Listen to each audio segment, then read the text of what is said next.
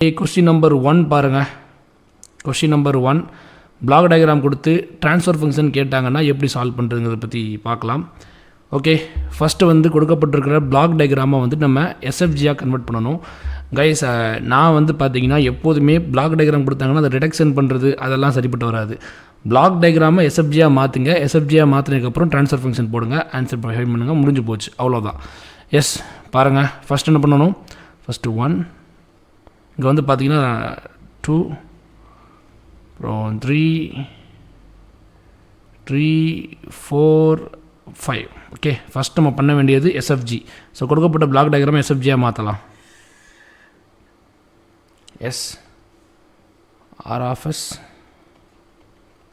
C of S. இது ஒரு இன்ட்ரெஸ்டிங்கான டாபிக். எஸ், நம்ம ஃபஸ்ட்டாக டீச் பண்ணது இந்த டாபிக் தான். ஓகே, பாயிண்ட் நோட் பண்ணிக்கோங்க. 1, 2, இதுக்கிடையில் பார்த்தீங்கன்னா 1 போகும், ரைட். அப்புறம் G1 ஆஃப் எஸ், இந்த எஸ்ஸை விட்டுடலாம், G1 மட்டும் போடலாம். ஓகே, ஒன்றும் ப்ராப்ளம் இல்லை. இங்கே G1 G2 ரெண்டுமே சீரியஸாக இருக்குது, அப்போது G1 G2 அவ்வளோதான். அப்புறம் அடுத்த பாயிண்ட் இருக்குது.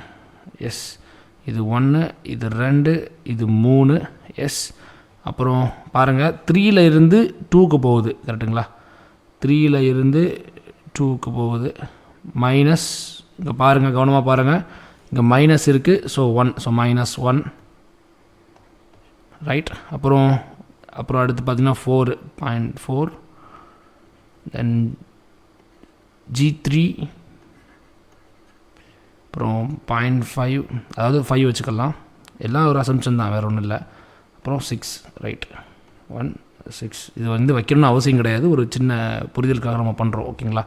இப்போ பாருங்கள், 4ல் இருந்து 5க்கு என்ன போகுது, G4. நான் எஸ் போடலை, ஓகே, எஸ் போட்டால் இன்னும் கொஞ்சம் பெருசாக தெரியும், ஸோ அது பார்க்க கொஞ்சம் கம்ஃபர்டபுளாக இருக்காது. ஸோ இங்கே பாருங்கள், ப்ளஸ் தான் கொடுத்துருக்காங்க. எதுவுமே கொடுக்கல அப்படின்னா நீங்கள் வந்து ப்ளஸ்ன்னு எடுத்துக்கோங்க, ஓகேவா? ரைட். அப்புறம் பார்த்தீங்கன்னா இங்கே இருந்து இங்கே போகுது, -H1. ஓகே, 6ல் இருந்து எஸ் -H1. ஓகே, வேறு ஏதாவது இருக்கா? வேறு எதுவும் இல்லை. இது ஒரு மாடரேட் லெவல் ப்ராப்ளம் தான், இது டஃப்பான ப்ராப்ளம்லாம் கிடையாது, இது ஒரு சிம்பிளான ப்ராப்ளம் தான். எஸ், இந்த மாதிரி கொஸ்டின்லாம் கேட்டாங்கன்னா லட்டு மாதிரி சால்வ் பண்ணலாம். GATE aspirant mind voice. S, 1, 1, இதெல்லாம் இல்லையோ அதெல்லாம் 1 போட்டு வச்சுக்கோங்க. எப்போதும் போல் இப்போ மேசானுடைய கெயின் ஃபார்ம்லாம் போட்டு செம்ம சால்வ் பண்ண வேண்டியது தான். ஃபஸ்ட்டு ஃபார்வர்ட் பாத்ஸ் P1 என்ன வரும் பாருங்கள், P1 என்ன வரும், 1 G1 G2 G3. எஸ், அப்போது G1 G2 G3, G1 G2 G3. del 1 என்ன வரும் பாருங்கள், இந்த பாத்தில் நான் டச்சிங் லூப்ஸ் ஏதாவது இருக்கா? இல்லை, எல்லாமே வந்து பார்த்தீங்கன்னா இந்த பாத்தில் என்ன செஞ்சுருக்கு, டச் பண்ணியிருக்கு. ஓகே, அப்போ del 1 பார்த்தீங்கன்னா 1. ஓகே, வேறு ஏதாவது பார்த்துருக்கா பாருங்கள், இப்படி வந்துட்டு அப்படியே கீழே இறங்கிடலாம். எஸ், இங்கே ஒரு பாத்து இருக்குது. ஓகே, இது ரொம்ப கவனமாக சால்வ் பண்ண வேண்டியது. P2 என்ன வரும், G1 G2, அப்புறம் G4. ஓகே, del 2 பாருங்கள், இப்போது இந்த பாத்துலேயுமே நான் டச்சிங் ஏதாவது இருக்கா? நோ, எதுவுமே நான் டச்சிங்காக இல்லை, ஓகேவா? ஸோ del 2 பார்த்தீங்கன்னா 1.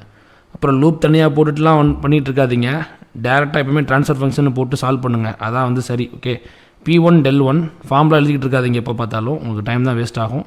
ப்ளஸ் P2 del 2, சரி, P2 கரெக்டு தான், G2 தப்பு இல்லை, G2 G1 G4. அப்புறம் divided by 1 minus. GATE exam பொறுத்த வரைக்கும் நியூமெரிக்கல் கேம் தான், ஸோ அதனால் வந்து நீங்கள் எப்போவுமே ஃபார்முலாஸை ஒவ்வொரு வாட்டி நீங்கள் எடுத்து எழுதணும்னு அவசியம் கிடையாது, கொஞ்சம் ஃபாஸ்ட்டாகவே போட பாருங்கள். டைம் இருக்கும் தான், பட் இருந்தாலும் நான் சொல்கிறேன். Okay, right. பாருங்கள், ஃபஸ்ட் லூப் என்ன இருக்குது, இது ஒரு லூப். ஓகே, அப்போ என்ன, -G1. எனக்கு தெரிஞ்சு இது ஒரு மாடரேட் லெவல் ப்ராப்ளம் கூட சொல்ல முடியாது, இது ஈஸி லெவல் ப்ராப்ளம் தான். அப்புறம் இது லூப் ஆகாது. அப்புறம் பாருங்கள், இங்கே இருந்து ஒரு பெரிய லூப் இருக்குது. S, -G2, sorry, G1 G2 G3 H1, -G1 G2 G3, -G1 G2 G3 H1. வேறு ஏதாவது லூப் இருக்கா? லூப் பாசிபிள் இருக்கா? இப்படி போயிட்டு இந்த லூப் பாருங்க, இது ஒரு இன்ட்ரெஸ்டிங்கான லூப்பு. இப்படி நேராக போயிட்டு அப்படியே கீழே ஒரு கட் அடித்து அப்படி வந்து இப்படி ஒரு லூப் இருக்குது. எஸ், ரொம்ப கவனமாக இருக்கணும், இல்லைன்னா தப்பாக போயிடும். Okay, G2 G1 G2 G1 ஏன் வாயில் வர மாட்டேங்குது. G1 G4 என்ன இருக்குது, -H1 இருக்கா? போடுங்க, அவ்வளோதான், ஃபினிஷ்ட். மைனஸ் என்ன G1 G2 G4 H1. Okay, நான் டச்சிங் லூப்ஸ் ஏதாவது இருக்கா பாருங்கள். இந்த லூப்பும் ஓவரால் எல்லாமே டச்சிங் தான். ஸோ டச்சிங்கிறதுனால பிரச்சனை இல்லை. ஸோ சால்வ் பண்ணலாம்.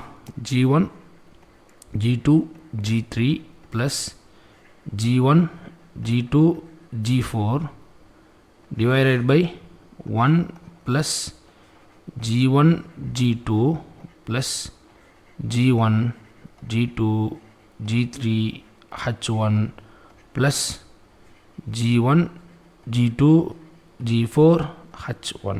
ஓகேங்களா, இதான் வந்து பார்த்திங்கன்னா ஃபைனல் ஆன்சர். இதை நம்ம எப்படினாலுமே சிம்பிளிஃபை பண்ணிக்கலாம். ப்ளஸ் G1 G2 வெளியே எடுக்கலாம், அப்போ G3 ப்ளஸ் G4 மாதிரி கிடைக்கும்.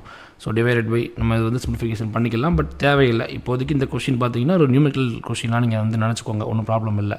ஓகே, ஸோ கொஷின் நம்பர் 1 பார்த்தீங்கன்னா இது ஒரு சிம்பிளான கொஷின், இது ஒரு ரொம்ப டஃப்பான கொஷின் இல்லை. எப்போவுமே எடுத்த உடனே நம்ம ரொம்ப பெரிய பெரிய சம்ஸ்லாம் சால்வ் பண்ணால் சரியாக இருக்காது. ஸோ அதனால் வந்து குட்டி குட்டியாக நம்ம ஸ்டார்ட் பண்ணலாம்.